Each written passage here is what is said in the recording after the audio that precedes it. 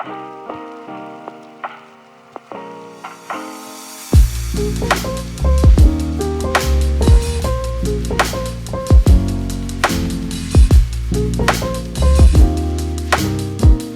guys, and welcome back to a brand new video. Today we're diving into what's in my camera bag for 2023.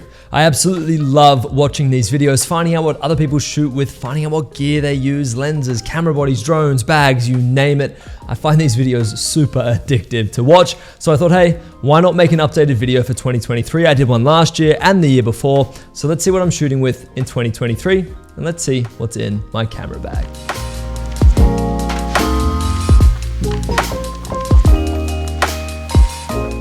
Alright, so first things first, the camera bag itself. This is the Lowepro ProTactic 450 AW Mark II. It's currently empty right now, which is why I can throw it around so easily. Woo! And it's also why I can drop it apparently. So this is the bag I've been shooting with for the last 2 years. And the 2 years before that, I was shooting with the Mark I of this bag, the version 1. I don't know why they have 2 versions of the same bag or why the name is so long, but either way, that's just what Lowepro's doing. This bag is incredible. Sure, it's a little big and can sometimes look like a parachute on the back of your back, but with that said, it fits everything I need it to, and it's traveled around the world with me many times in and out of planes, buses, trains, taxis, you name it, and it still looks solid. It's also great because it's got enough size in there that you can put a few little clothes or maybe your toiletries or something for a trip so you don't have to take another bag with you. I couldn't tell you how many times I've just taken the bag on the floor with me on, a 3-day trip somewhere or a 2-day overnight stay, whatever the case. It's amazing. I love this bag. It's also fairly robust, which means you can drop it like that. There's a few like hard shells parts on it. It's fairly padded as well, so I love this bag. It protects my gear, it stores everything I need to, and yeah, no complaints on the bag whatsoever. All right, now that the bag is out of the way, let's talk about my drone. I'm shooting with the Mavic 3 Classic. And just a heads up, I love this drone. I got this drone at the start of this year to work on a project I had in March, and I'm so glad I got it. Even though the Mavic 3 Pro is out now with its 3 lenses, which in my opinion might be a little overkill, it looks cool, but apparently it's not as good as they say it is. I'm super happy with this drone. I came from the Mavic 2 Pro, which was an amazing drone, and the thing that I love the most about the difference between the Mavic 2 Pro and the Mavic 3 Classic is the battery life. The battery life on the Mavic 2 Pro was at about 20 minutes flight time, which was decent, but the Mavic 3 Classic's battery life is all the way at 40 minutes and above, sometimes. I don't know what changes the battery life sometimes, but yeah, this is north of 40 minutes, which is insane. What I usually do when I go out to shoot, let's say I'm shooting a beautiful sunrise, I'll get to my spot, I'll put my drone up, get a few shots, and then I'll get my camera out and just leave the drone hovering. I'll take a few photos, take a few clips, organize this, that, and the other, and then jump back onto the drone, take a few more shots, bring it down, and leave. I absolutely love the fact I don't have to take so many spare batteries with me. To be honest with you, I only have one spare battery and hardly ever use it. 40 minutes of flight time is usually more than enough. Also, the photo and video coming out of this drone is stunning. The photos are gorgeous. They have been since the Mavic 1, in my opinion. I love that drone. And then the video as well, being able to shoot in 5.1K in D-Log. Yeah, I don't need to explain why that's so good. This drone is just solid. Next up, let's talk about the computer I'm using. This is sitting right here. It's the 16-inch 2021 MacBook Pro. It's got the M1 chip, the M1 Pro chip, and it has 512 gigabytes of storage. Now, you might be sitting there thinking to yourself, Zach, 512 gigabytes is not enough, and in my opinion, it's not. But the reason I went for this is because I don't like leaving much on my computer at all. Because if something happens to this computer, it's gone, it's finished, especially if it hasn't been connected to the internet and hasn't been able to back up. So instead what I do is I use a load of external SSDs, and I love that. But this computer I've been rocking for about 1.5 years now, and I love it. It has not skipped a beat. I actually just uploaded a full M1 Pro in 2023 breakdown, so if you'd like to see that video, it's linked on screen now. But I love this computer. It fits perfectly into my Lowepro bag, and yeah, it edits everything you see on this channel, my Instagram pages, you name it, TikTok, YouTube Shorts.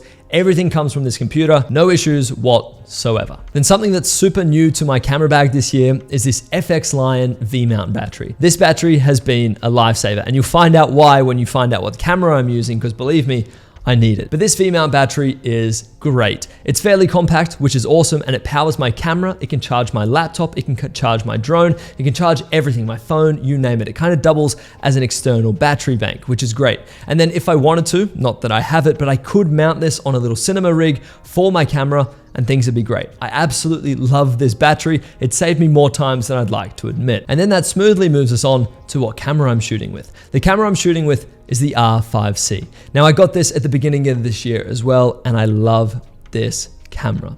To be honest with you, in my opinion, the R5C is the only true hybrid camera on the market right now. And I know that's a big claim to make, but hear me out. The R5C is everything that the R5 offers you in regards to photos. So you get the 45 megapixel sensor, and every single photo spec from the R5 is included in the R5C, which is amazing. And then they just seem to whack a little chunk of fan on the back of this camera and add a little switch so you can move it over to video mode, and boom, you've got the full Canon Cinema OS, and you have so many features. I've never shot with false color. I've never shot with waveform. I've never shot with so many video features in my life, and I love this camera for it. It's opened up my eyes to so many things in video, and in my opinion, this has been the biggest jump I've made since my 600D up to my 5D. I love this camera so much. And to be honest with you, I'm taking a lot less photos now than I was maybe a year ago, and I'm more or less focusing nearly about 90% on video nowadays, which is great. I love shooting video,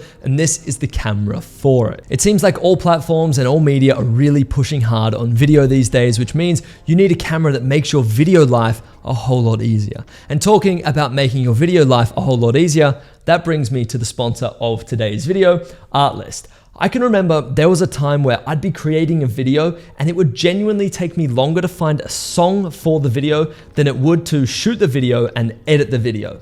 What a time that was. Well, now I've been using Artlist for the last year and I absolutely love it. In my opinion, Artlist by far has the best range of music to use for your videos. It doesn't matter what type of video you're making, Artlist just seems to always have the right song for it. Setting the tone, pacing, and feeling in a video is so crucial to how it's going to perform, especially on social media. And the best way to do that, at least in my opinion, apart from amazing visuals and great sound effects, which is something else Artlist has, it's the song. It's the music you choose to put with it. Artlist just genuinely always seems to have the music I'm looking for any video project that I have.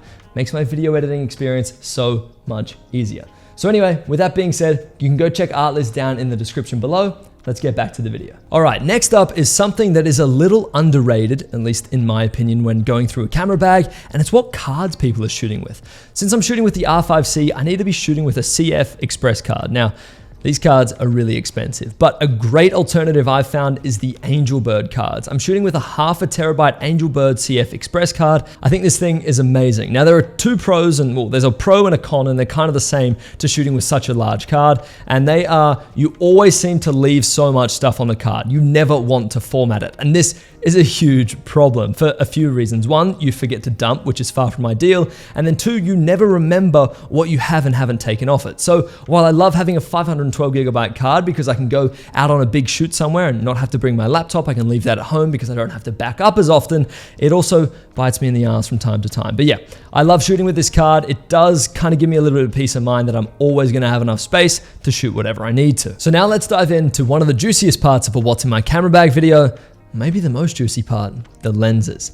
So I'm rocking 4 lenses. We've got the 28-70 f2. It finishes there. It's just f2. This lens is insane. I was rocking the 24-70 f2.8, but the 28-70 f2 replaces any prime lenses that I used to have, and it's pretty much my main 99% of the time on my camera lens. I absolutely love it. I've been shooting everything with it, and it doesn't matter if I'm shooting in low light conditions because it's got f2. It doesn't matter if I'm shooting any portraits because it's got f2. It looks great for photo. It looks great for video. It pretty much does everything I need to. And yes, it's 1.5 kilos. And yes, my back does get sore when I'm shooting with it, but the footage and shots that come out of it, yeah, in my opinion, it's worth the trade-off. My next lens is the 70-200, which is arguably the second most used lens I've got. I love this lens. I've had a 70-200 in my kit for the last 4 years, and I never want to have a kit without it. Honestly, one time, I'll tell you a little story. One time I went to New Zealand for a trip, and luckily I'm going back in just a few weeks, but I went to New Zealand for a trip, and I didn't bring the 70-200 with me. The only thing I bought was a 100mm macro and then a 16-35, and I thought that'll be enough. Boy, was I wrong. I love being able to reach all the way into 200 millimeters. It's so powerful to be able to have a huge expansive landscape and just snipe certain little compositions out of it. Man, it just creates so much variety in your shots, and in my opinion, makes you a better photographer or videographer as well. We've then got a really interesting lens, which is the 16mm f2.8. I love this lens pretty much just for vlogging. That's it, it's done. If I'm vlogging, I'm using this lens and really don't use it for anything else. And then last but not least, because in my opinion, it would be rude not to include it, even though, I'll be honest, I actually don't use it all that much anymore, the 50mm f1.8. Since I've got 28-70, so 50mm is included in my main lens at f2, I really don't justify, or I can't justify, bringing a 50mm f1.8 along with me. But of course, I cannot bring myself to sell it. I love this lens to high hell, and because it's only about $160, it does make it a no-brainer choice for when I'm shooting maybe a few little risky shots here and there. Maybe I'm hanging my camera over here, maybe there's some water around, maybe we're in the desert, you name it. I love this lens for those reasons, and there's no way I'm getting rid of it. I then have one filter. I have the 95mm, which goodness, that took a long time to find. I've got the 95mm variable ND filter from Nissi. This is a 1 to 5 stop, which seems to be all I need. And the reason this filter was so hard to find is because it's a 95mm filter thread. And the reason I have a 95mm filter thread is because of my giant 28-70mm lens. Yes, this lens has some downsides, but once again, I really like the image that comes from it, and don't make me regret my purchase. And then a few little last things I keep in my camera bag all the time. I keep an SSD in my camera bag just at all stages. I at least have one SSD in my camera bag at all times. Let's say I'm out on a shoot and we shoot some really crazy stuff and my friend has their laptop there, and instead of using Google Drive or whatever, we can just dump it straight onto the SSD, done. Or for any reason, if I need an SSD, I just have it. I love being able to have storage on me whenever I need it, so this is why I take it with me everywhere. And the last piece that ties everything together, I have the Rode VideoMic Pro Plus. This is a great microphone, and yes, it does make you look like Casey Neistat from 2017 or 18 or whenever he was vlogging, but this is an absolute no-brainer, especially for when you're out and about. If you need audio, in my opinion, this is a great microphone for it. It turns off and on with your camera, which was a huge downside to the last Rode mic, and yes, you couldn't imagine how many times I filmed clips and hadn't turned the microphone on, but that's done. I absolutely love this mic. And that wraps up my camera bag for 2023. I hope you guys enjoyed. If you're new around here, a subscribe would mean the world, and I'll catch you in the next one. Peace.